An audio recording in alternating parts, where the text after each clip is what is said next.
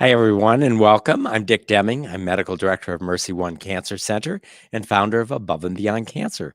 Welcome to our weekly cancer education series. It's brought to you in part with a grant from the Rosalie and Sherry Exline Ziegler Fund. And my guest tonight is Brenda Helget. Brenda, welcome. Brenda, Thank you. Thank you for having me. yeah, thanks for being with us. So, Brenda is a horsewoman from Nebraska. And grew up. We were talking about with she had Shetland ponies, and one of her first jobs in the world of fundraising was with the American Dressage Association. Is that correct? United States Dressage Federation. Yes, Okay, yes. And that great. is Olympic horse event for those that don't know. And that is very physically demanding. I'm not a horse person, but I've been on a horse enough to know that it ain't easy. So Yeah. Brenda is also the executive director of A Time to Heal, and that is a cancer support organization headquartered in Omaha, Nebraska. And we've had a chance to chat a little bit. And the reason I invited Brenda on as a guest tonight is they have an exciting new program to help address issues related to what we call chemo brain. And that's really cognitive dysfunction related to cancer treatment. So I'm excited to talk to you about chemo brain. But before we do that, Brenda, maybe tell us a little bit about yourself and how you came to be the executive director for A Time to Heal, and then a little bit more about that organization. I'd be happy to, Dick. Thank you so, so much. Well, as you mentioned, I started out my nonprofit career with a horse related organization. But as the years went on, I progressed to being able to work for a number of wonderful charities. But the one that really stood out to me was Methodist Hospital Foundation. And I worked there for about 8 years.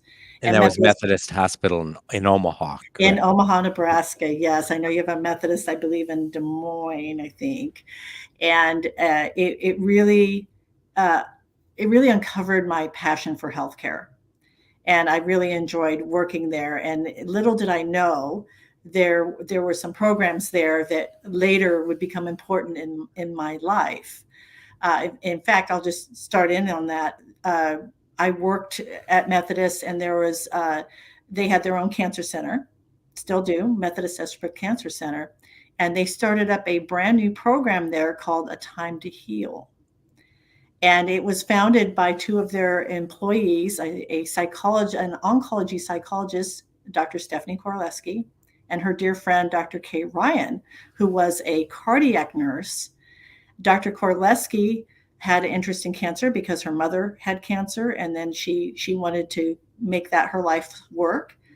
Kay Ryan, she is a breast cancer survivor, and she developed cancer while working at Methodist Hospital. And when she got done with her treatment, like any good cardiac nurse, she said, "Hey, Steph, my friend, when do I start my rehab at your cancer center?" And Steph said, "Oh, we don't have that. In fact, that doesn't exist."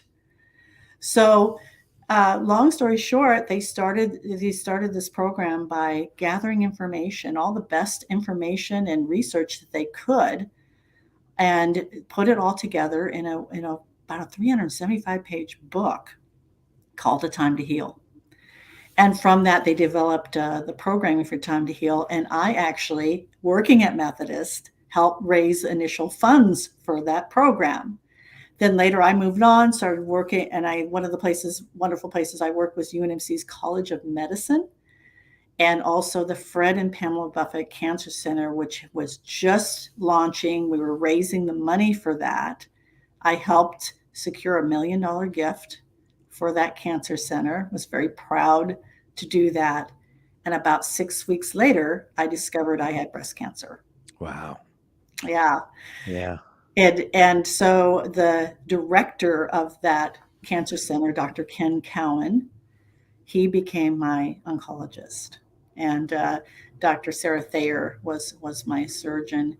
And I was, a lot of people might not have maybe wanted that close a relationship, but for me, it gave me such comfort. These are people Mhm. I worked with to help secure that $1 million gift. I knew what experts they were. I was honored to have them on my team, standing with me and beside me through the cancer journey. And it was difficult. It was very, in one word, it was brutal, to be And honest. did you go through surgery, chemotherapy, and radiation, all three? I did. Hmm. And in fact, at that time, which was now 6 years ago, 7 years ago, they had just started doing the technique of doing chemotherapy first to shrink the tumors, Yeah, right? before the surgery. Before surgery. Yeah. So it makes staging a little bit interesting. I'm happy to share with everyone because I think it's important for other cancer survivors out there to know I was triple negative breast cancer, which, as we know, is a little bit trickier. I had a tumor in my breasts and also in my lymph nodes, in my armpit, and so they staged me at stage 2B to the best of their knowledge, right? And so that's a little more of aggressive type of cancer. So they put me right away on adriamycin. And that's a tough one for some people. Mhm. And I was one of those unlucky people where it really did a number on me and made me very, very nauseous and sick. But it saved my life. So I'll you tell you a probably little. went through the whole adriamycin, Cytoxan, Taxol, Taxol, yep. And and you know what I could tell you that was so exciting is they did a quick scan after they got done with the adriamycin, which was so awful. And I remember telling Dr. Cowan, I said, I think it's really working well because I'm so sick. And he's like, that's not quite how it works, but keep that positive thought. And they did the scan, and he was astounded. He said, I can't see any evidence of cancer anymore. It just wiped it out. It really did its job. So it was worth it. And then I did the Taxotere or whatever, Taxol, whatever it was. And that was comparatively easy. But it's not easy either. Had neuropathy and all the fun things mm, that us cancer survivors go through. So at the time I was going through it, I asked myself, like I think all survivors do, you have a little pity party and you think, well, why me? What have I done? Did I shouldn't have ate this. I don't, I shouldn't have done this. I shouldn't have used so much hairspray in the 80s. All the things run through your mind. And then fast forward to a couple of years ago, and I was approached by a friend of mine who was working with, back to Dr. Koroleski and Dr. Ryan, and A Time to Heal had they had spun it off into its own entity, and so it was no longer under the Methodist umbrella. And they were looking for an executive director, and I thought, this is why I got cancer. I get it now. So this way I can use all this experience I've had with fundraising and nonprofits at UNMC and Methodist and all the other organizations, and my experience as a survivor, and I can help other survivors and caregivers. This is what I'm right. meant to do. Yeah. Well, So I'm here I sorry am. that you had to go through that, but yeah, it certainly gives you the street credibility Mhm. to be even more effective at what you're doing. You had mentioned that you were part of developing A Time to Heal when it was with Methodist Hospital in Omaha, and then before you became executive director, it had spun off into its own independent entity in Omaha. Mhm. Did you have were you able to take advantage of A Time to Heal programming while you were going through your own cancer journey? And you know what? I did. I did and I didn't. I tried. As you know, the chemo really did a number on me. Then I ended up having two lumpectomies, and then I had radiation, and I was trying to work. And the radiation really did a number on me in terms of being incredibly tired. At that point, A Time to Heal's programming was only in person, and it was a 12-week program, 2 hours in the evening. And frankly, I just couldn't do it. And Hmm. I signed up for it, and they kept calling me, and I kept saying, just keep me on the list, just keep asking, but I'm just not ready yet. And so I never was able to go through the program till later. But And that then was I did. obviously enlightening to you that, is that the best way to do a program? Correct. When you really, really want to help people as they're going through the treatment, but the last Mhm. thing somebody wants is, I mean, it's almost like taking proverbially helping someone across the street who doesn't want to go. You don't have enough energy to do everything that might be good for you. This is so true. And so, as you know, the pandemic, was a horrible thing, but it brought a lot of blessings, a lot of silver linings, and that was one of them. For a time to heal, was my friend that I mentioned who recruited me. She was recruited to help them figure out the direction that they wanted to go in the future. The founders wanted to step down and step back a little bit and maybe try to enjoy some retirement, and they wanted a good leader, but they also wanted to know, well, where we go from here. How do we Mm-hmm. get our programming out to more people? Well, here came the pandemic as the answer.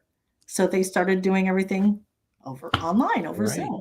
Right. And so now you've developed this program that anyone can attend virtually. Mhm. Are they all hybrid where some people can be in the room in person and some people are attending virtually, or did you go all virtual? We went all virtual at first, and just to keep everybody really safe and sound. And I mean, it's almost embarrassing. We really didn't do any kind of advertising. We just thought, well, we'll just be referred by our partners who are now unable. They also can't do in-person sessions, but we have this available. So we'll just reach out to our partners Mhm. and say, hey, we've got this online. And then we talked about it a little bit on Facebook. And that social media, Yeah, it's quite something, isn't it? it So what I is. can tell you now, Dick, is that since 2020, since switching to the virtual platform, we shortened it up to 90 minutes and 9 weeks. We have served 42 states, including the District of Columbia. And we have served now 5 countries: the United States, Canada, the Netherlands, and the United Kingdom, and the Philippines. Yeah. Yeah, you're right. What a silver lining that came out of COVID, because it wasn't in your strategy to do that. We had a Mhm. similar with what we're doing right now. Before COVID, in order to be my guest in this cancer education series, you had to be in this room with me in Des Moines, Iowa, and the Yeah. only people that were able to take advantage of the programming were people who were in the same room with us. And now we have individuals that tonight are in the room with us. We have individuals that are live streaming, and then tomorrow it goes on demand on our YouTube channel and our website. So through the necessity of changing things out of COVID has come an expansion of the number of people who are benefiting from the program. It is just amazing. And hi from Indiana. I saw you pop up on the screen. It is so exciting, Dick, and so gratifying to learn that these people are out there. They're searching for answers. They're looking for help, and they're finding it. Thank God, because of the internet. So, Brenda, we're going to talk about an exciting new program that A Time to Heal has developed, and it has to do with programming to help with what we call chemo brain, or more medically correct, cognitive dysfunction that's secondary to the cancer treatment. And so, why don't we talk about that? Let's set the stage by maybe talking a bit about what is chemo brain, and then I'm excited to hear about the programming that you have developed to help individuals who are experiencing chemo brain, or some people call it brain fog, Mhm, basically cognitive dysfunction. mhm. And this is something, obviously, Dick, I have experienced myself, and it is so incredibly frustrating. So what we know is that about 3 out of 4 patients experience some form of this chemo brain, or brain fog, and it really is frightening, because memory is our most precious, one of our most precious assets, really, and it's something we all kind of take for granted, but it is so important to everything we do. And what causes brain fog? Well, the answer is a lot of different things, and we're not sure. Isn't that usually the answer? So obviously cancer treatment is a cause of brain fog, the medications you might be taking, what's going on with your mental health, if you're having anxiety or any other kinds of stresses, nutritional imbalances, which I understand your group can help with. You're talking about healthy eating and those kinds of things, very important. And also, again, the question mark of we're not really sure. But something I really do want to talk about, if you don't mind, and I want to point out is the other medical conditions such as COVID.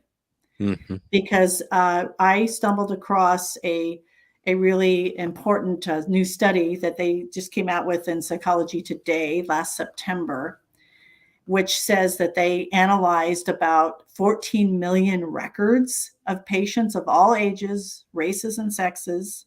And this is through the U.S. Department of Veteran Affairs. And all of this data predated the original Delta form of COVID, Omicron, and all the other variants. So as you can see on the screen, 77% increased risk of developing memory problems with long COVID, which is really, really frightening. And here's what else I can tell you is I also experienced this. And I went 2.5 years without getting COVID. I masked up. I was so diligent. I was so proud of myself. And sure enough, it caught up to me last fall. I was literally 2 days from getting my Omicron booster, and I ended up sick with it. And I did get brain fog with it, and I recognized it immediately because of my experience through cancer.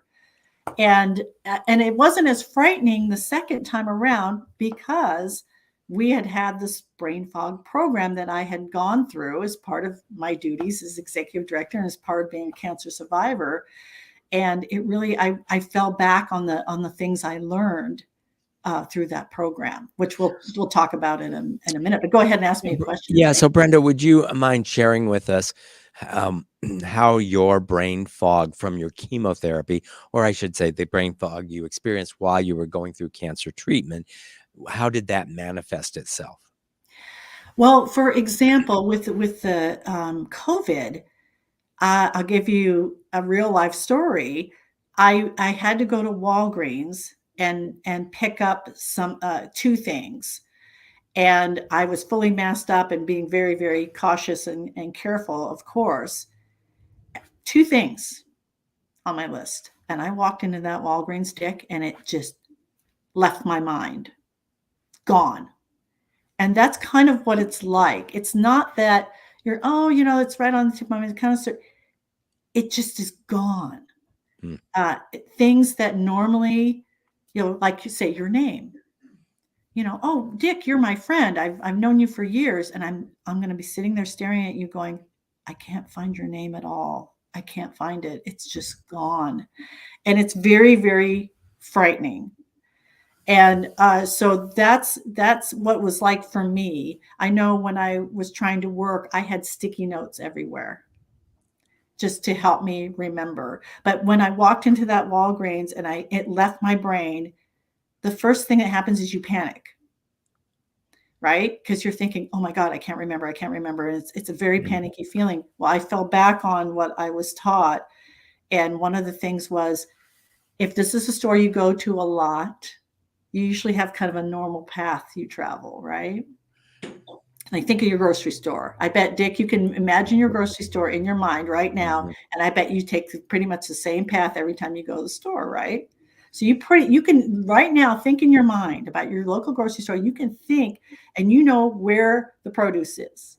You know where the milk is. You know where the dog food is, right? You can picture it in your mind.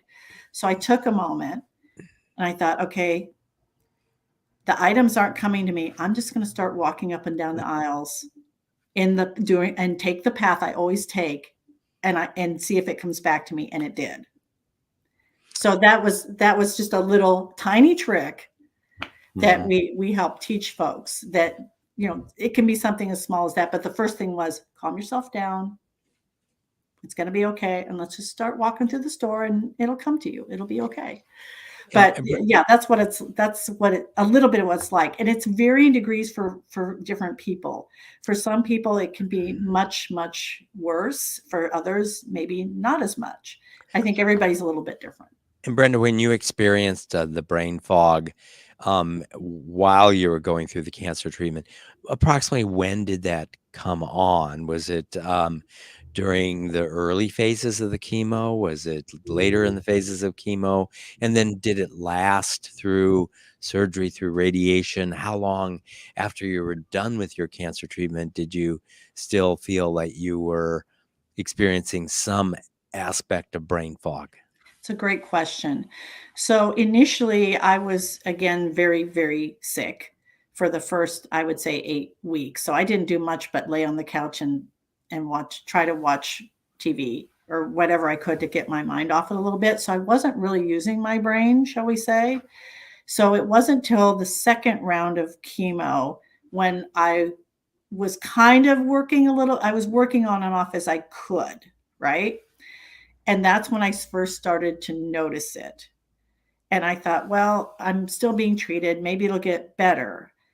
And it didn't. I feel like, it probably wasn't worse. It just probably felt worse, Dick, because I went back to work during radiation full time. And that's when it really smacked me in the face. So the more the demands you had on your intellect and memory, the more it was apparent to you that things weren't clicking along at 100%. Correct. Correct. And then do you think before you got COVID, do you think you had completely um, resolved the brain fog related to your cancer? For the most part, yes. Okay. And I would say it took at least a good year before I started feeling like it was, starting to be manageable again. It took quite a while. It took quite a while. And how about the brain fog that you experienced as a result of your COVID infection? Good question. I feel like I still have a little bit of it, but not nearly as bad. And I don't know if that's because of the nature of COVID or because of all the things I have learned and that I through this program that we're going to talk about and that I am just clicking into and using. I probably a little of both, but I do think it's helped it tremendously. And with the COVID, did you experience loss of smell and loss of taste? Yes. Mhm. Yes. Yeah, That was which very frightening.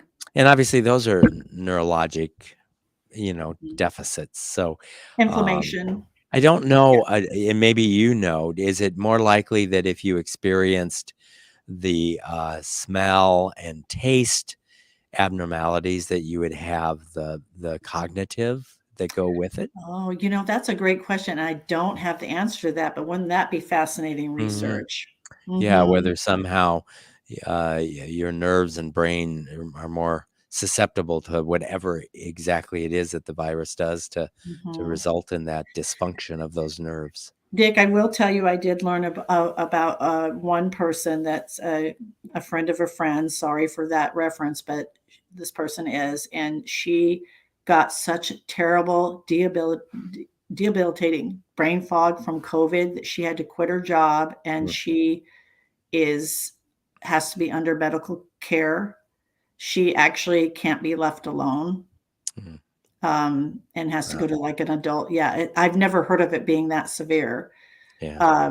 And she's yeah, and that was now it's been a year, and I don't think she's improved a whole lot. Well, let's go back to the slides and let's talk a bit about the program that A Time to Heal has developed to help. Well, here, maybe is there anything on this slide that we haven't touched on yet? You know, unusually disorganized. That is a good one where you just feel scattered in terms of symptoms. Difficulty thinking and making decisions is another one. Maybe that I think most people just think, oh, I'm forgetful, right? Talking about forgetting names and things like that. A short attention span. All of those things can be symptoms of brain fog. So Yeah, I mean, I think everyone has, gosh, I had several of these symptoms. Some people might have only one, some might have all of them. Okay. And this is some imaging. So maybe explain what we're seeing on this slide. Yes, this is something I think is very important, Dick, because when you're going through having this brain fog, first of all, it is a lot worse inside of your own head than what is. You always think your friends and family can see right into your head and understand what's happening to you, but they really can't. But also there can be people that maybe downplay what you're feeling, and you're saying, gosh, this is really bothering me and I don't know what's wrong, and people might say, oh, it's just your imagination. Well, this proves that brain fog is real. So we have this study involved twins. So the first twin is a cancer survivor. Twin A at the top is a cancer survivor. Twin B doesn't have any cancer. So they did this. They asked them to do some simple mental tasks or mental tasks while they scan their brains to show the brain activity. So in the first slide, you can see they're both performing a simple task, in the second, a moderate task, and in the third, a difficult task. Well, you can clearly see with twin A, they really needed to use way more brain power to complete the task than the twin B. And I think it's very noteworthy that twin A used the same amount of brain power to complete a difficult task as the simple task. So this really can explain a lot of the fatigue that cancer patients are experiencing. Remember, I talked about how I was going through radiation, felt so tired. Well, a lot of it too was probably me struggling at work and just struggling for my brain to be working and firing on all cylinders. So I just think this is an important slide to show folks that this is something that is absolutely real, that your brain is using a lot more energy to do your everyday tasks than the average person, and it's very tiring for your brain to work in overdrive. So this is something I'm sure everyone's noticing. Yeah, and in the world of radiation, we've known for a long time that when we treat someone's brain, there's just a whole lot more fatigue than when we are treating other parts of the body. So, Okay. another example of how the mental work we do does consume energy and does result in fatigue. Absolutely, absolutely. And people wonder why we're so tired. And it's just something for us cancer survivors. We may look like we're fine on the outside, but we're really not. And that's something that we always advocate. You really need to be open and talk to your if you're willing to, not only your friends and family, but your coworkers or your supervisor, so they can understand what you're struggling with and help you, again, if you're comfortable doing that. So the next slide is just talks about how many people are affected. The reason to date, the most research on brain fog, other than obviously that study I showed you on COVID, has been done in breast cancer survivors, because there's so many more of breast cancer survivors with a large population. And also breast cancer has several treatment methods as well. So as you can clearly see, immediately after chemo, 45.2% affected by brain fog. And you notice 6 months later, it's still a pretty high percentage, 36.5%, which you and I just talked about. I talked about, a year later, it took at least a year for me to start feeling like I maybe had a little better handle on it. So this is really disturbing to see that it's such a high percentage. And then let's not also forget, again, if you throw COVID into the mix as well, and then you're going to probably have a lot more folks that are affected. So, a serious problem, a significant problem, and one that doesn't have a lot of good evidence based ways of just making it go away. Um, Right. you're going to talk about some of the things, everyone would love to have it. What there was just a pill that we Yes. can take that makes it all better, Yeah. but that pill hasn't been invented. So I think we're probably going to see that there's some cognitive um, uh, behavior modification type of regimens that might be helpful. Is that right? That's correct. So the good news is, will my brain fog go away? Probably. But what do you do in the meantime, right? For folks that have to work and they're trying to live their lives, they would like some help if they could get it. So what happened is we formally offered a brain fog program that was licensed out of Canada. And because of the pandemic, we could not recertify our facilitators because this entity in Canada was the ones that did the certification and the training and all that. We would bring them down here and do all of that. So during the pandemic, all of our facilitators certification expired. So we had to stop offering the program in very early 2021. So that's when we decided that we needed to create our own program. And that's what we have done. We have spent the past year really doing a gathering, just what the same thing our founders did, gathering all of the latest research, including some research from our own backyard at good old UNMC in Omaha, and many, many other resources about the positive effect of exercise. I bet that's music to your ears. And the positive effects on nutrition, as well as a lot of coping mechanisms to get you through. And I know I can hear all of you groaning, right? Because always the answer is exercise and nutrition. Everyone's going, oh, We Brenda, just want a pill, you just a just want a simple pill. little pill. But Charge what me I'm whatever going, you want, but just give me a yes, pill. but here's what I'm going to tell you is, when we designed this program, we wanted to make sure we were doing it in a way that is going to be fun and informative. And I think the folks that take this program will start to see some improvement. And guess what? Then we dangle the carrot of, if you start doing better with your diet, if you start doing, we're not talking about running a marathon. We're not even talking about doing a spin class, Dick. We're talking about just walking, getting up, moving a little bit, getting the blood flowing. Research has proven it has a very positive effect on your cognitive abilities. So think about that you can do all the things we teach you in here, but if you add in the nutrition and the exercise portion, you're going to get even better results. That's exciting. And guess what? Doesn't cost you anything, right? I mean, you got to go to the store anyway and buy groceries. So, and exercise, like I said, you can do something as simple as every time you get a phone call, get up and walk around as you're talking on the phone. Gotcha. So the program, it looks like you have it in 6 different parts. Yes, we absolutely do. Six different chapters. The other thing I wanted to tell you, Dick, is to our knowledge, remember I told you that the original program was based out of Canada. And to our knowledge, there is no other program like this in the United States right now. We're the only ones offering this.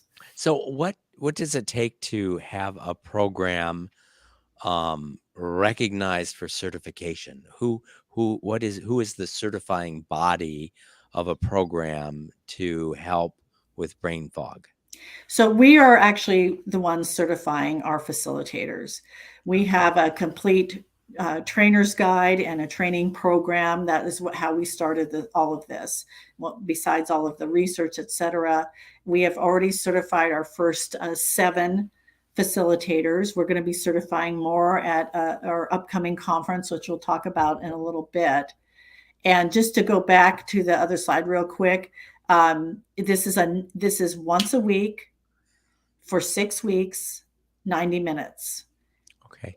This And work. is it Oh, go ahead. one-on-one, or is it one facilitator with a group of 5, 10, 20 No more patients? than 15 in a class. Okay. No more than 15. One facilitator, no more than 15 in a class. And it is what we like to call errorless learning. So, when you've got a patient with memory problems, repeating information a certain number of times without error is what's beneficial to them. And the repetition helps build those memory skills. So you're going to learn different brain exercises to do that, different memory tools, lots of things to supplement and help you. If you've got Alexa, everyone's got one of these days. There's lots of things on your phone that can help you with your memory. We put it all together in this one book, and we think it will really make a difference for most people. Okay.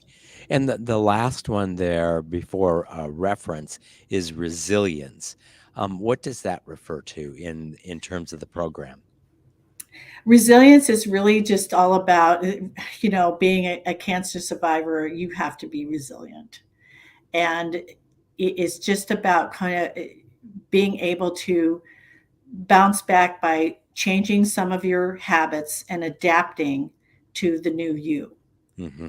Which is all of us. Again, I talk about how on the outside you may look the same, but on the inside we all know we're changed. Some of us do change physically as well. For example, if you have a double mastectomy, body image, those kinds of things. But even if you haven't, you do change on the inside. And certainly brain fog is a struggle for so many people. But we are all resilient, all of us. And this is just part of the way we teach you that you can be resilient. We're going to help you with all these different tools, but it's up to you to keep up the practice and keep going, keep putting one foot in front of the other, and you're going to end up creating your best life. You may And not Brenda, be the same, but you're going to be good. how if someone wanted to become part of this program, how do they go about enrolling in this? Is it 6 weeks or 7 weeks? It's a 6-week program. 6-week program. Okay. So here's the best part. It's absolutely free. Wow. Yes. And so you can go to our website, and I'm going to give you the shortened, easy version. It's atth.org. And that stands for A Time to Heal, atth.org. And you can go there and sign up you can see the list of upcoming brain fog classes. Don't be afraid if they're full. You can get on a waiting list, and we will notify you the minute we have another one going on. It's absolutely free. You get that free workbook that we were showing in the pictures. You can write in it. You're going to be logging your thoughts and feelings, and not your thoughts and feelings, but your feelings, how you're feeling every day, so you can identify patterns, right? Of when do you feel the best cognitively? When do you feel the worst? So you can, again, resilience, adjust your schedule a little bit to accommodate that period of your life. So all of these different things, but it's all free. We will ship the book to you for free. The class is free. You've got nothing to lose. We're And happy to help. who are your facilitators? Are they Are they usually cancer survivors? Are they clinical personnel, nurses, are lay people who have an interest in it? No, they're professionals. Okay, They're all either licensed social workers, psychologists, oncology. They're all professionals. okay. Absolutely, yes. We feel that's very, very important Sure. in all of our programming. Great. Well, let's open it up to some questions from our audience. So again, we've got about 10 folks here in our live studio audience. We've got folks that are watching live streaming, and so we'll invite them to also ask questions. And then before we end the program, we're going to talk about some other programs that A Time to Heal is doing, and especially the art of treatment The art of seminar. living beyond Art of cancer. living. Yes, we're going to talk Yes. about that. But let's open it up to questions first here. Yes, Boone. I've got 2 questions. First one, for your brain fog exercise, does meditation or yoga part of that? And if so, do you find that that helps?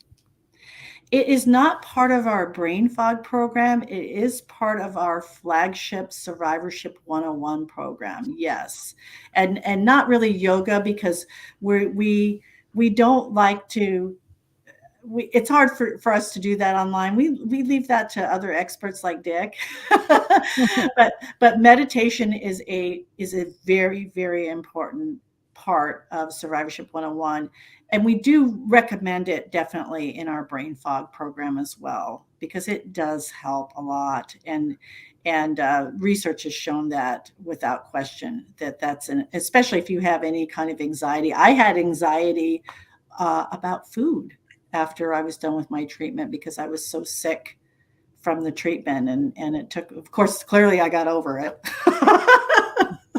Brenda, you mentioned, meditation, but I would also say I wonder about the role of what we call mindfulness-based Yes. stress reduction, which is, teaching. So we have a MBSR person who can help coach people about being here now, being present. And so is that mindfulness one of the tools in brain fog? Yes, mindfulness is absolutely one of the tools. Yes. Yeah. That's very, very important. So thank you for mentioning that. Yeah, great. Other questions? Okay, I've got a second. Any research on brain fog causing increased Alzheimer's? Do individuals who experience brain fog going through cancer, are they at higher risk for developing Alzheimer's disease in the future? I have not seen any research about that specifically.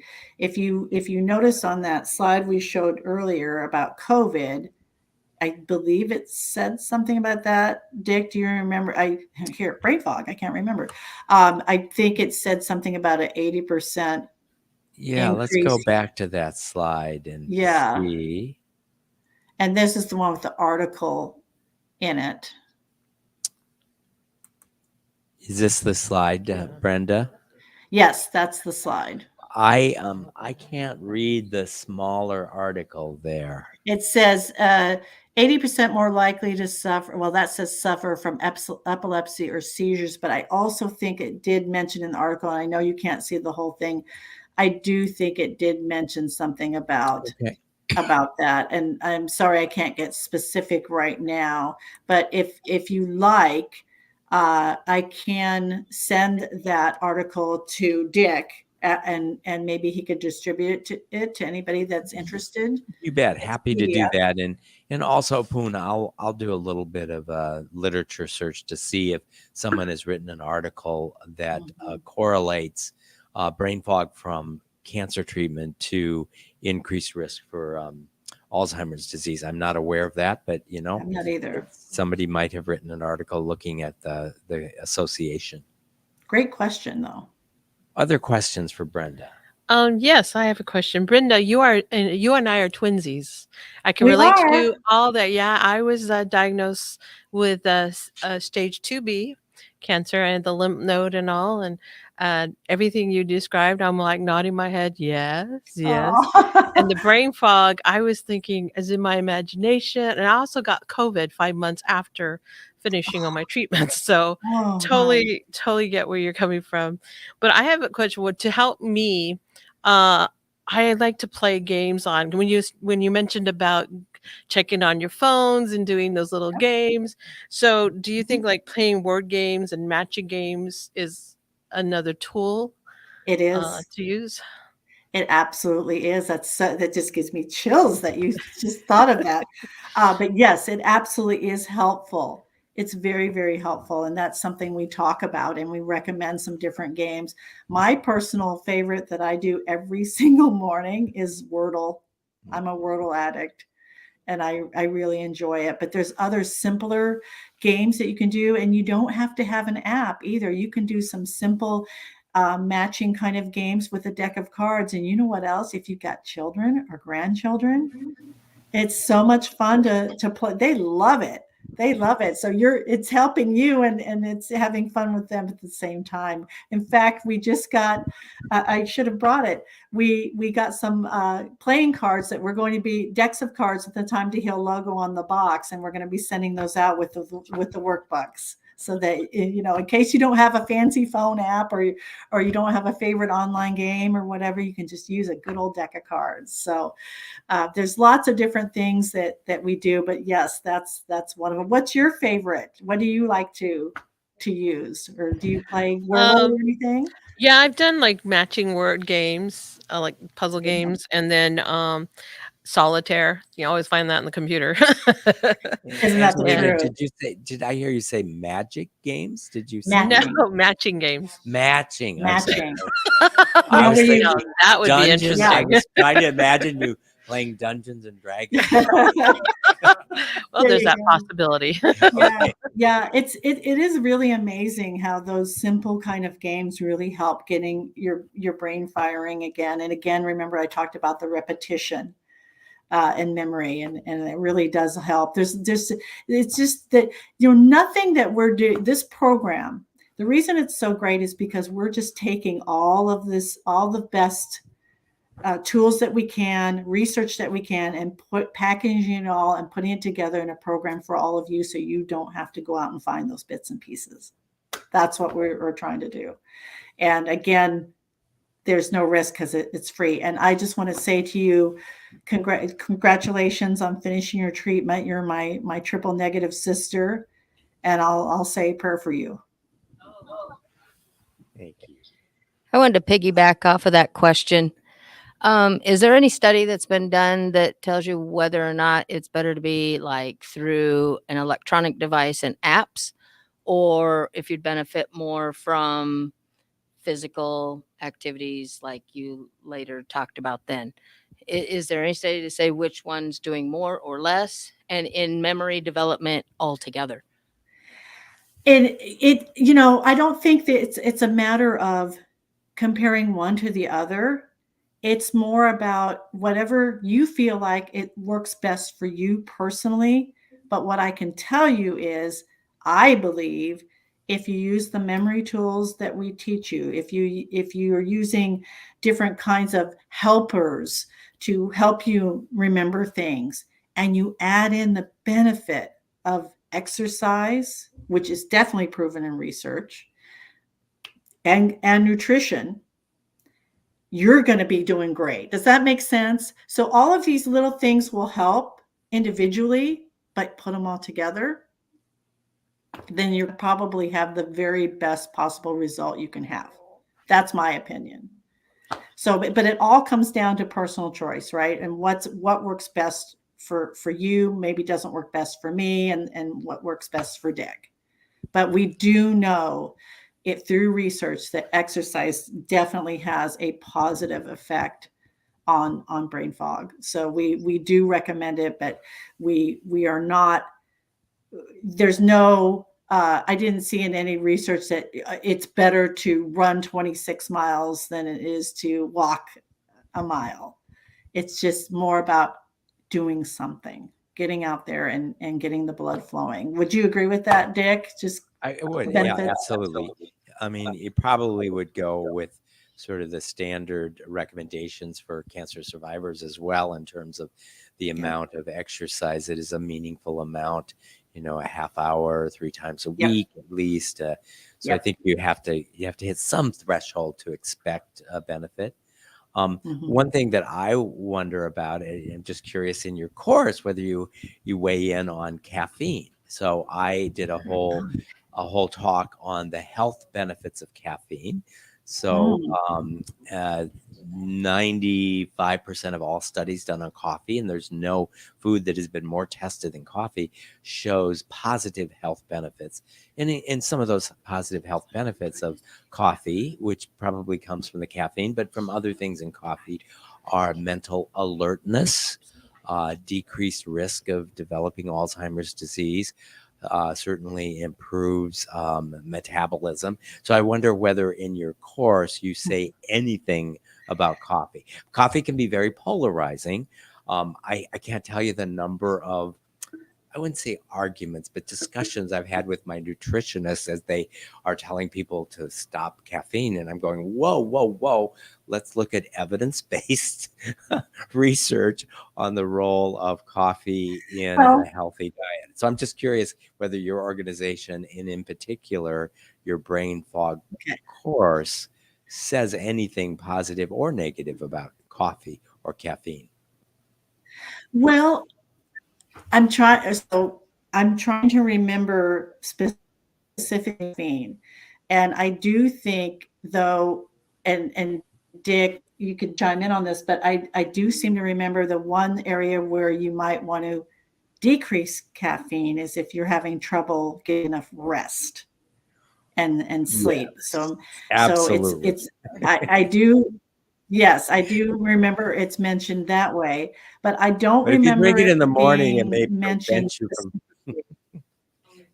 I'm sorry, I Yeah, didn't mean to and interrupt. Dick, you know what? Here's no, it's okay. But here's something I'm going to talk to you about, that I can't have caffeine because it literally has anyone. I'm sure I'm talking to a lot of people that have had anxiety attack. That is what it does to my body. Is if I have more than, say, 1 cup of coffee very early in the morning, I will have the same symptoms of a panic attack as I'm kind of like coming down from it. I get sweaty hands, heart palpitations, the whole thing. And it just, my body does not like it, but I love coffee. So I drink decaf. That's my, but yeah, there's some people that can't tolerate it. And I'm one of those weirdos that can't talk. But you know what? Here's the other part of it, Dick, that you're going to love. When I was going through radiation, coffee saved my life. When I was so tired, I remember saying to my radiation oncologist, I said, "Can I have caffeine?" And he went, "What?" And he says, "What do you mean?" I said, "Well, I normally can't because it just really does things to me, but I'm so incredibly tired." He said, "Have some coffee." And so it helped get me through, because I was so incredibly fatigued. It did help me at that point and did not make me as much of a nervous wreck. So I think, again, it kind of just depends on the person. If coffee helps you, I'm all for it. You know, there's going to be times when it's going to help you. It helped me during radiation, but I can't do it now. Okay. Let's see. Are any other questions? Okay, we got a couple more questions. Okay. First of all, you mentioned games. Is there a particular time of day you would recommend playing the games? You said you do in the morning. Oh, that's when I do mine. So here's, again, if you take this course, one of the things you're going to be doing in our workbook is you're going to be logging how you're feeling at different times of the day. And I wish I don't have a slide of it, but what we do, I know it's kind of cutesy, try not to roll your eyes, but what we did was a simple form, and it has, like, are you feeling sunny? Are you feeling cloudy? Are you feeling foggy? Right?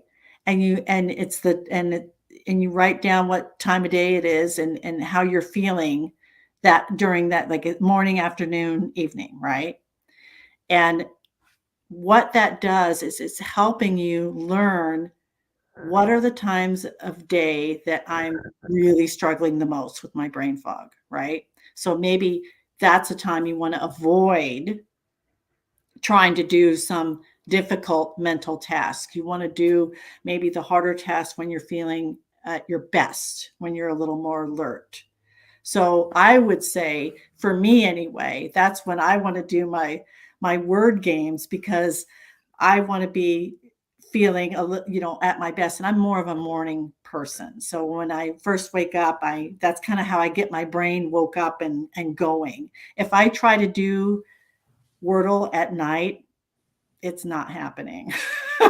My brain's like, no, we're tired. We're not doing this now. So I like to win at Whirl. I like to do well. So doesn't everyone? And that's a big part of too of our brain fog program is we want you to do repetition, but we want you again errorless, right? That we want you to have success and feel good, and it gives you more confidence, and it helps you going forward. Does that help answer your question a little bit? Yeah. Looks like so. We have time for one more question, and so Yeah, I just Gary? wonder what is the requirements to be able to go through your program?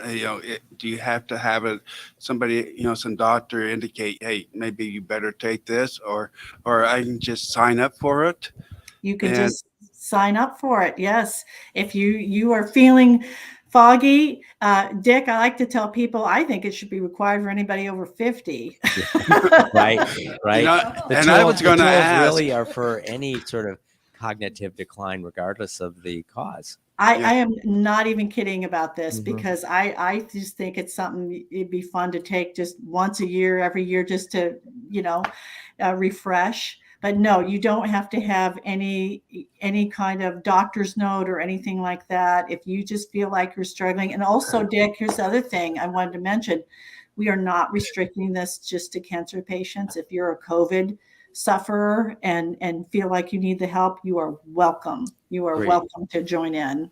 Great, because as you said, the tools are not different depending on the cause of the cognitive dysfunction. Right. Well, we have just a few minutes left, and I wanted to give you a chance, Brenda, to talk about two things: your overall survivorship program and how individuals could do the multi-week survivorship program, and then second, to talk about your conference that you're having, I think, in May, is it? Yes. Well, first I'll talk real quick, and I mentioned, I think a little bit earlier about our flagship program, which is really what the book was written about, which is called Survival. And a 9-week program free. You get a free book with it. Your caregiver is welcome to come as well, and they can attend for free. They will also get their own free book. We've had caregivers in one state and a survivor in the other state participate. It's over Zoom. We do have in-person classes as well in Omaha, and then we have lots of partners across the U.S. that we train their facilitators, and they offer programs at different hospitals, etc. And that program, Brenda, that program is called. We're having trouble bringing the slide back up, so I apologize for that. But that program, it's okay. It's called Survivorship 101. Is the program I was talking about a minute ago? Yep, Survivorship 101. Back in slide 7, I believe. And it's a free. It's research-based program. There you go. It's a research-based program. Again, the small groups, no more than 15. Usually there's a little less than that. I would say 5 to 10 people usually, with one professional trained facilitator. And we give you all kinds of advice. We talked about that a little bit ago about mindfulness. We talk about meditation. We talk about reducing anxiety and depression. We talk about nutrition, supplements. That's a really good chapter on what people want to throw things at you the whole time you're sick. Have you ever noticed that? Yes. So that is an 8-session course, correct? And individuals can go to your website, atth.org, and sign up for that Survivorship 101. Yep, for free. Okay. And then in the minute that we have left, let's go to the Slide Art 12. of Living Beyond Cancer Conference. That's going to be on Tuesday, May 9th here in Omaha at the Embassy Suites La Vista. That's just right off of Interstate 80. You're not going to be able to miss it. It's only $25 for survivors to attend and $75 for healthcare professionals. We're going to have CEUs available for nurses, social workers, physicians, etc. And the conference is open to survivors, caregivers, and 12 breakout sessions on a variety of great topics. But it's all there on our website. If you want to go look at the topics and the speakers, would love to see you there. We're going to have exhibitors and all kinds of great stuff happening. Great. And again, the website is atth.org. There it is. Yes. Thank you so much, Dick. This has been such an honor and a pleasure. Well, Brenda, thank you for being part of this program, and thanks for sharing all the information on your exciting program to help with individuals with brain fog. And I just commend you to make this, that you're making this available online and free of charge. What a great service to cancer survivors and their families. It really is, and we got to thank our wonderful donors. They're the ones that make it all possible. Hear, hear. Yes. Yeah. Well, thank you so much. And to our audience, thanks for joining with us this evening. And if you know someone that would benefit by watching this program, tomorrow it will be available on demand at the Above and Beyond Cancer YouTube channel and also at the Mercy Cancer Center website. So I hope you'll join us again next week. Thanks, everyone.